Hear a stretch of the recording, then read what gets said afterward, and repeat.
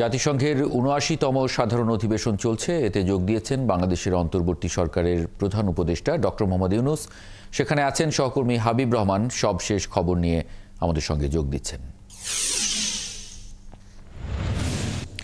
হাবিব, আজ সারাদিন জাতিসংঘে ডক্টর মোহাম্মদ ইউনূসের কি কর্মসূচি আছে এবং সেখানে গুরুত্বপূর্ণ কারোর সঙ্গে বৈঠকের এজেন্ডা আছে কিনা?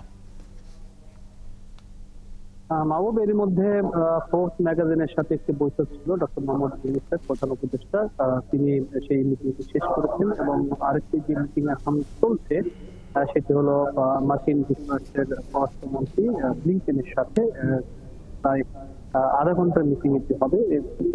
আপনারা জানেন যে এর মধ্যে জো বাইডেন প্রশাসন বাংলাদেশের বর্তমান অন্তর্বর্তীকালীন সরকার তাকে সব ধরনের সহায়তা দেওয়ার বিষয়টি নিশ্চিত করেছেন এবং আজকের যে বৈঠক হচ্ছে সেটি অবশ্যই গুরুত্বপূর্ণ, যেহেতু পররাষ্ট্রমন্ত্রীর সাথে বৈঠক হচ্ছে প্রধান উপদেষ্টা ডক্টর মোহাম্মদ ইউনূস। সেক্ষেত্রে আমরা যেটি জেনেছি যে এখানে হয়তো বা বাংলাদেশের যে বর্তমান প্রেক্ষাপট সেগুলো ডক্টর মোহাম্মদ ইউনূস তুলে ধরবেন এবং সেক্ষেত্রে পররাষ্ট্র মন্ত্রণালয় অর্থাৎ তাদের প্রশাসন কিভাবে বাংলাদেশের এই রাজনৈতিক প্রেক্ষাপট বা নির্বাচন ব্যবস্থা বা অন্যান্য যে সংস্থাগুলো আছে সেগুলো সংস্কারের ক্ষেত্রে কিভাবে ভূমিকা রাখতে পারে সেই বিষয়গুলো নিয়ে হয়তো আলোচনা সেটা হয়তো আমরা কিছুক্ষণ পর বাংলাদেশের প্রধান উপদেষ্টার প্রেস সচিব তিনি আমাদের সাথে কথা বললেন, বিষয়টি আরো বিস্তারিত জানতে পারবো।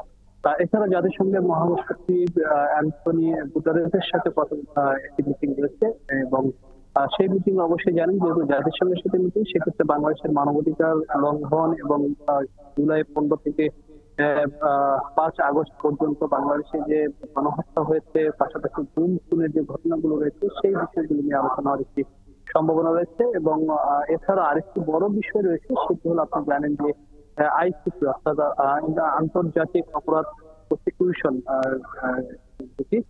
তার সাথে একটি বৈঠক হওয়ার কথা রয়েছে তার প্রধানের সাথে, এবং সেটি হওয়ার আমরা এখন পর্যন্ত যেটি ধারণা করছি এই বৈঠকে অবশ্যই বাংলাদেশের যে গণ অভ্যুত্থান, বাংলাদেশের যে হত্যাকাণ্ড হয়েছে এই সময়, পাশাপাশি গুম খুনের যে ঘটনা, এই বিষয়গুলোর সাথে কারা জড়িত। সেক্ষেত্রে আপনি জানেন যে সাবেক প্রধানমন্ত্রী শেখ হাসিনা তিনি ভারতে অবস্থান করছেন, এই অপরাধে কারণে আন্তর্জাতিকভাবে কোনো মামলা করার বিষয় থাকবে কিনা, নানা বিষয়গুলো নিয়ে কিন্তু উঠে আসতে পারে। কারণ একটি খুবই গুরুত্বপূর্ণ একটি বৈঠক বলে এখন পর্যন্ত আমরা মনে করছি। এবং পাশাপাশি নেদারল্যান্ডের প্রধানমন্ত্রী তার সাথে একটি বৈঠক হয়েছে। এছাড়া আজকে সারাদিনে তার সর্বমোট 14টি বৈঠক হয়েছে, অর্থাৎ তিনি অনেকটাই টাইট শিডিউল নিয়ে কিন্তু এসেছেন এবং গত 3 দিনে অর্থাৎ গত 2 দিনে এবং আজকে দিনে তিনি হিসাব করি সব মিলে তিনি প্রায় 36টির মতো মিটিং করেছেন এবং সেখানে ব্যক্তিগত মিটিংয়ের সংখ্যা ছিল অনেক বেশি, পাশাপাশি কলন এবং সাইড ইভেন্টগুলো ছিল।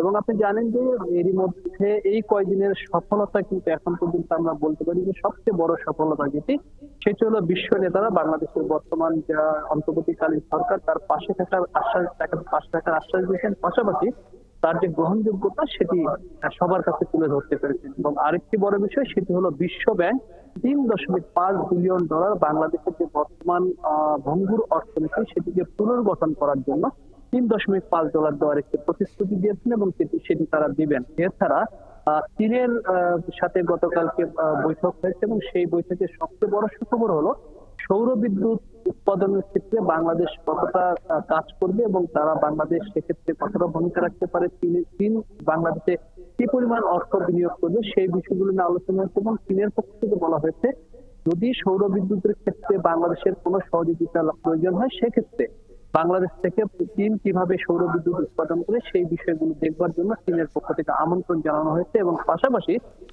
উন্নয়নশীল যে কর্মকাণ্ডগুলো হয়েছে সেখানে চীনের পক্ষ থেকে বিনিয়োগ করার একটি বড় আশ্বাস কিন্তু দেওয়া হয়েছে। অর্থাৎ এছাড়া যদি অর্থনৈতিক সংস্কারের জন্য শুধুমাত্র যে তিনি দাতা সংস্থার সাথে কথা বলছেন বা মিটিং করছেন ডক্টর মোহাম্মদ ইউনূস তা কিন্তু নয়। গতকালকে আমরা যেহেতু জেনেছি যে তার যে ব্যক্তিগত যারা বন্ধু রয়েছে বিশেষ করে মার্কিন যুক্তরাষ্ট্র সহ অন্যান্য দেশে, তাদের সাথেও বাংলাদেশের অর্থনীতি কিভাবে আরো চাঙ্গা করা যায় সেটি নিয়ে কিন্তু কথা বলছেন। এবং আপনি জানবেন যে সংগঠনটি রয়েছে বিল গেটসের যে অর্থ সহায়তাকারী একটি সংস্থা রয়েছে জানেন, সেটির সাথে কিন্তু গতকালকে একটি বৈঠক হয়েছে এবং সেখানে বিল গেটসের এই ফাউন্ডেশন কিন্তু বাংলাদেশের অর্থনৈতিক সংকট এবং বাংলাদেশের যে বর্তমান প্রেক্ষাপট সেখান থেকে কিভাবে উত্তরণ করা যাবে সেই বিষয়টির পাশে থাকার জন্য কিন্তু বিল গেটসের এই ফাউন্ডেশনের সাথে বৈঠকে কিন্তু এরকম একটি সিদ্ধান্ত হয়েছে। হাবিব রহমান, অনেক ধন্যবাদ যুক্ত হবার জন্য।